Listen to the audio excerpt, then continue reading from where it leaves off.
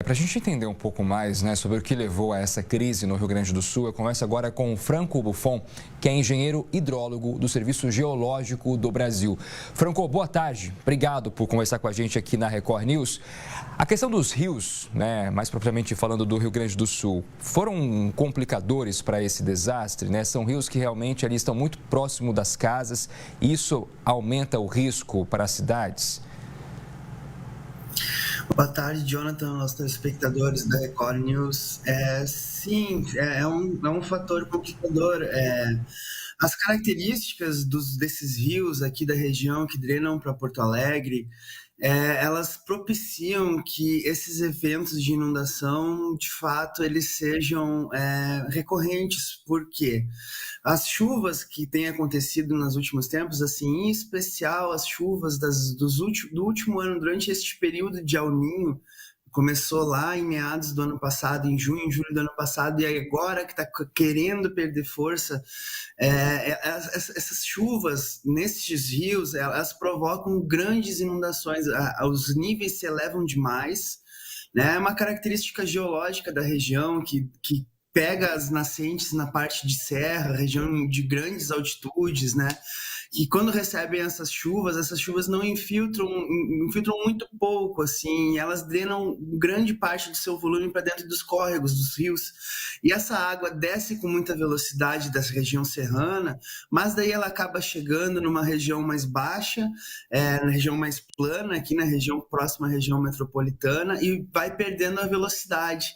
O fato é que quando é muito volume de água, essas águas elas tendem a ocupar um espaço natural do rio, às margens do rio, que a gente chama de planície de inundação.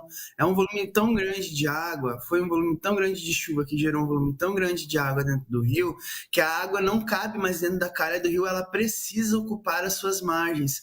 Quando ela faz esse processo, acontece que ela acaba encontrando, infelizmente, a população já estabelecida nessas margens. Os municípios se desenvolveram ao longo dessas margens, que na verdade são planícies de inundação, são locais onde de tempos em tempos longos geralmente, tem ficado talvez um pouco mais curto na última década, mas em tempos longos ela acaba ocupando esses espaços. E na medida que a população que foi se desenvolvendo não conseguia enxergar esses eventos acontecendo nestes locais, acreditava serem locais seguros, porém eles não eram de fato seguros, geologicamente falando, eles são planícies de inundação, e aí agora a população já está estabelecida, grandes municípios estão estabelecidos nessas planícies de inundação.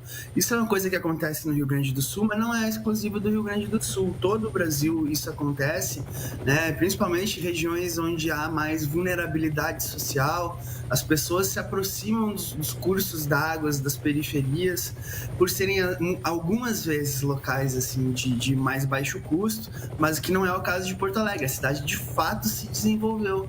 Ali tem muita indústria, muita residências, edificações, prédios públicos dentro dessa planície de inundação, o que acaba de fato aumentando o risco das pessoas serem atingidas.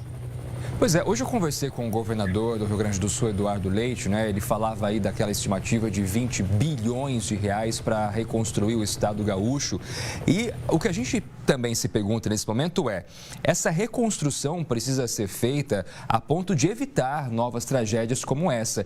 E nesse ponto, inclusive, a gente está falando sobre manter ou não essas casas nos mesmos locais em que elas estão hoje, correndo o risco de que numa eventual chuva excepcional como essa que nós tivemos, que isso volte a acontecer novamente, não é?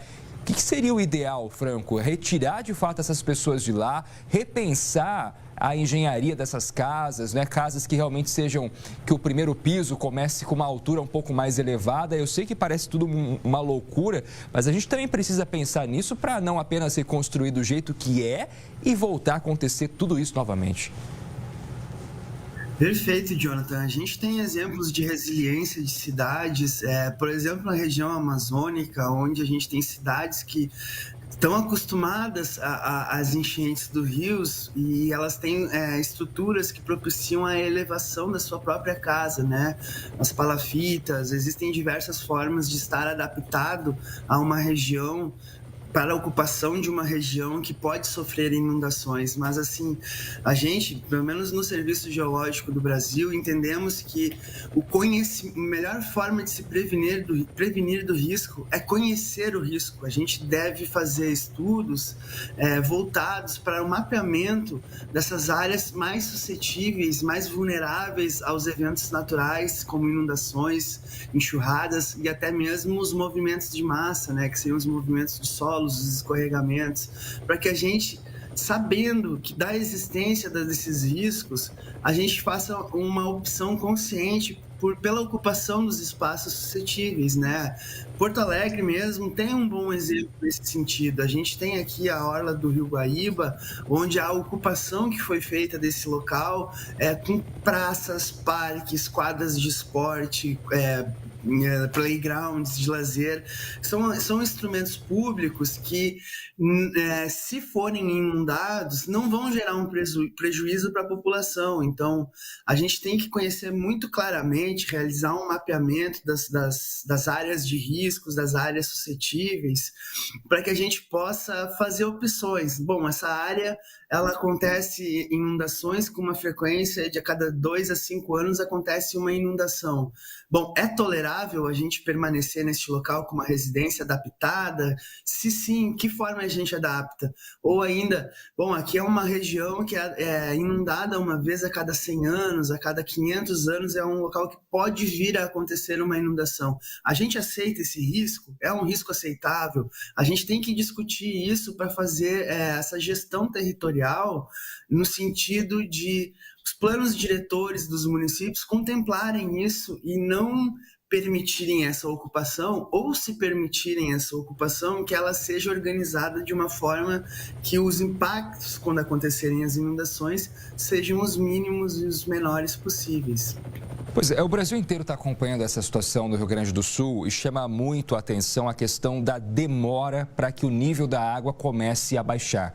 Hoje nós tivemos uma queda um pouco significativa, né? O nível do Guaíba chegou a 4,70, foi o menor nível desde a sexta-feira da semana passada, mas ainda assim é lento. Qual é a previsão, Franco, para a gente realmente ter as ruas sendo vistas novamente e a água já não exista mais onde as ruas deveriam prevalecer?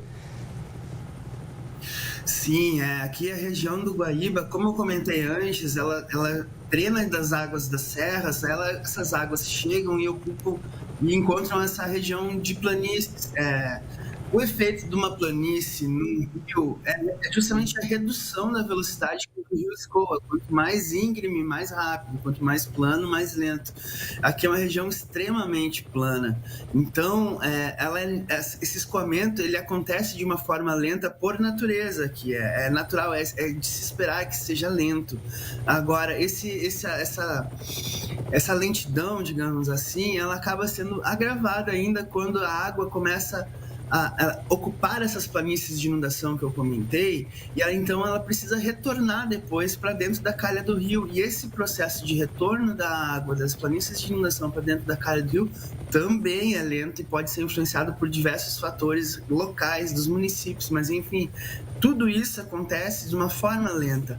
A gente, observando as inundações que já ocorreram aqui em Porto Alegre ao longo do tempo, em 1941 houve uma grande inundação que só foi superada pela inundação que está acontecendo neste momento, e naquela ocasião levou pelo menos 2 semanas até a água sair do nível, baixar a ponto de sair das ruas e sair do nível de inundação. Só que aquele evento foi um evento diferente, as condições do vento, que também influenciam aqui em Porto Alegre, nos níveis do rio, eram diferentes. As condições que formaram aquele evento, as chuvas antecedentes que geraram aquele evento também foram diferentes. Foi muito mais tempo chovendo, e dessa vez foi muito menos chovendo, mas intensidade muito grande. Então, tudo isso faz demorar. A gente tem uma expectativa de que entre uma semana e 2 semanas a água saia dos níveis de inundação aqui na região metropolitana. Só que isso pode ser influenciado e alterado à medida que novas chuvas acontecerem. Nesse momento estão acontecendo chuvas, há uma previsão de que novas chuvas aconteçam até domingo, chuvas intensas voltem a afligir aqui os municípios e as bacias hidrográficas que trazem a água para Porto Alegre, como a bacia do Rio dos Sinos, do Rio Caí, do Rio Taquari, do Japuí. Tem previsão de muita chuva para esses locais. Isso pode retardar a descida, pode provocar o que a gente chama de um repique, uma nova elevação dos níveis devido a essas chuvas e depois, posteriormente, uma nova redução. Isso faz com que retarde ainda mais essa redução dos níveis. Por isso a gente tem uma estimativa entre uma semana ou 2 semanas, dependendo desses eventos que ainda tem por acontecer, que a gente não tem, muitas incertezas envolvidas, né? Então a gente não tem bem a clareza, mas essa estimativa entre 1 e 2 semanas. É interessante a gente também trazer para quem está nos acompanhando agora, porque existe uma falsa sensação de segurança, não é? Das pessoas falarem o seguinte: mas a cidade onde eu moro é tranquila, nunca aconteceu isso, né? Aqui nunca teve enchente, alagamento, mas talvez nunca tenha chovido tanto quanto choveu no Rio Grande do Sul. Esse foi o fator determinante para essa tragédia também, não é, Franco?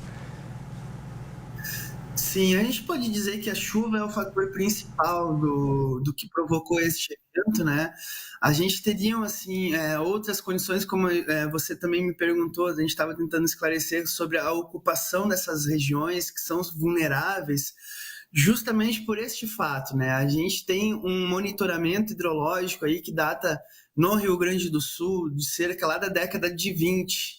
A gente, desde a década de 20, que a gente tem registros sistemáticos, antes disso existem registros de historiadores, de registros fotográficos, né? Mas da década de 20 para frente, a gente tem um monitoramento sistemático do rio e isso nunca tinha sido observado.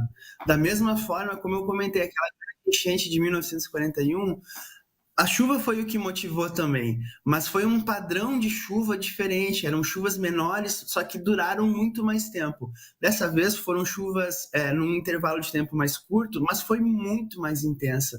Então, está sim sendo observado ao longo, pelo menos, da última década, das últimas 2 décadas, uma, digamos assim, leve alteração dos padrões de chuva, de comportamento do rio. Nós, humanos, estamos alterando as condições do solo original, as florestas, estamos ocupando com cidades, estamos ocupando com outro tipo de vegetação que retém menos água, que propicia menos infiltração, acaba que mais água vai chegando aos canais dos rios. É um processo bastante complexo, né? Mas que de fato é deflagrado pelas chuvas muito intensas e de alguma forma agravado pelos humanos no sentido de alterar a ocupação do solo e também ocupar áreas que não deveriam ser ocupadas. Se a gente fizer uma retrospectiva, né, a gente percebe aí como essas enchentes no Brasil são muito comuns, principalmente no verão, quando a gente tem as chuvas mais intensas. Em São Paulo, em 2020, por exemplo, se a gente puxar na memória, a gente teve aquele período de maior chuva em décadas, enfim, que a Marginal Pinheiros ficou completamente alagada, a gente tinha caminhões que não conseguiam transitar por conta de tanta chuva. Então, são situações e são cenários que deveriam servir de aprendizado para o poder público na tomada de ações, não é? Para a gente evitar novas situações parecidas. Qual é a grande aprendizagem que a gente tem, qual é a grande aprendizagem que a gente tem agora do Rio Grande do Sul, né? O que não fazer ou o que deve ser feito para evitar um cenário parecido? Ótima pergunta. A gente tem, assim, nesse monitoramento que a gente realiza, observado, de fato, essas alterações que estão acontecendo, né? Quando a gente vai pensar o que a gente aprendeu com relação a isso, sim, só recapitulando, Jonathan, não faz um ano o Rio Grande do Sul estava passando por uma estiagem severa e histórica. Foram 3 anos consecutivos de eventos de laninha com umas estiagens muito severas, muito severas. A nossa região oeste estava com os rios secos, não tinha quase água correndo dentro desses rios que hoje estão todos completamente inundados. Então, digamos assim, mudanças climáticas estão acontecendo, estão sendo observadas, né?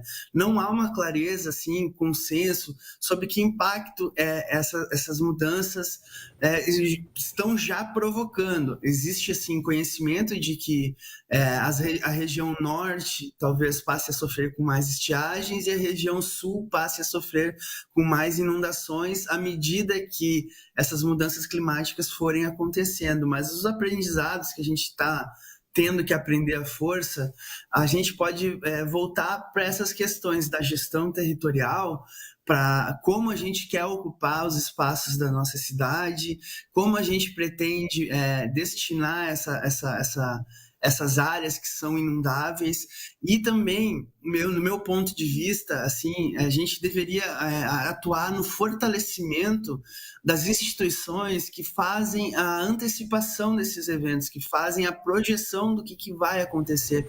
Instituições como o INEMET, o INPE, o CPTEC, o próprio Serviço Geológico do Brasil, que atua nessa área, a gente tem que investir em monitoramento sistemático e seguro, em desenvolvimento de tecnologia para aumentar a antecedência dessas previsões, porque a gente vai ter que conviver, a chuva não vai parar de cair, vai voltar a acontecer esses eventos. O que a gente precisa ter é um preparo para conseguir, se nós estivermos ocupando as margens inundáveis, comunicar essas pessoas e elas acreditarem e saberem o que fazer quando forem comunicadas, no sentido de mitigar o impacto. Se é o caso de se abandonar, evacuar um bairro, quando uma inundação, uma determinada chuva for ocorrer, a gente ter condições de fazer essa projeção de quando que vai ocorrer, em que magnitude vai ocorrer, para que a Defesa Civil seja informada e atue nos seus planos de contingência para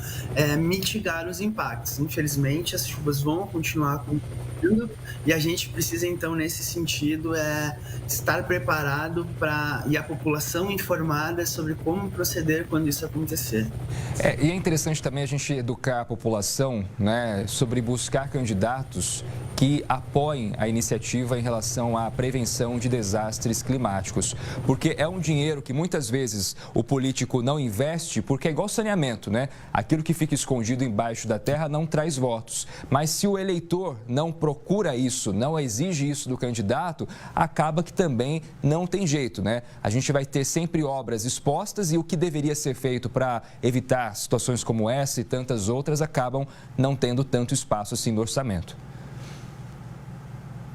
Eu concordo, a gente deveria ter na nossa sociedade uma consciência climática, digamos assim, ou essas questões ambientais deveriam ser incluídas nos currículos escolares para que as novas gerações que estão vindo tenham essa consciência e essa educação ambiental no sentido de cobrar que medidas sejam tomadas pelos nossos governantes, não no sentido de afrouxar, de flexibilizar o controle ambiental, às vezes visando interesses que não são o melhor para a população, podem ser interesses melhores para alguns grupos privados, mas nesse sentido não tem que se discutir, você está coberto da razão, Jonathan, a gente tem que fortalecer isso e eu vejo uma forma de fazer isso por meio da educação ambiental, né? A gente tem que construir nas próximas gerações jovens que saibam, que aprendem, que consigam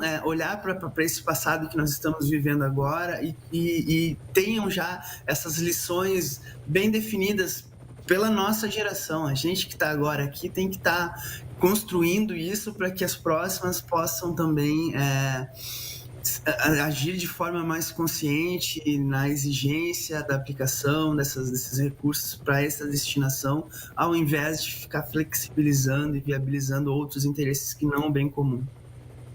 frisar também isso, né? O poder público deveria fazer. A gente também pode ter ações no nosso dia a dia que contribuem para isso. O plantio de árvores, por exemplo, né? Se cada um plantasse uma árvore em frente à casa onde mora, a gente teria um país muito mais arborizado e com certeza isso ajudaria a evitar tragédias climáticas como essa e tantas outras que nós estamos, infelizmente, nos acostumando a ver no Brasil. Franco Buffon, muito obrigado por essa conversa aqui no Hora News. Até uma próxima.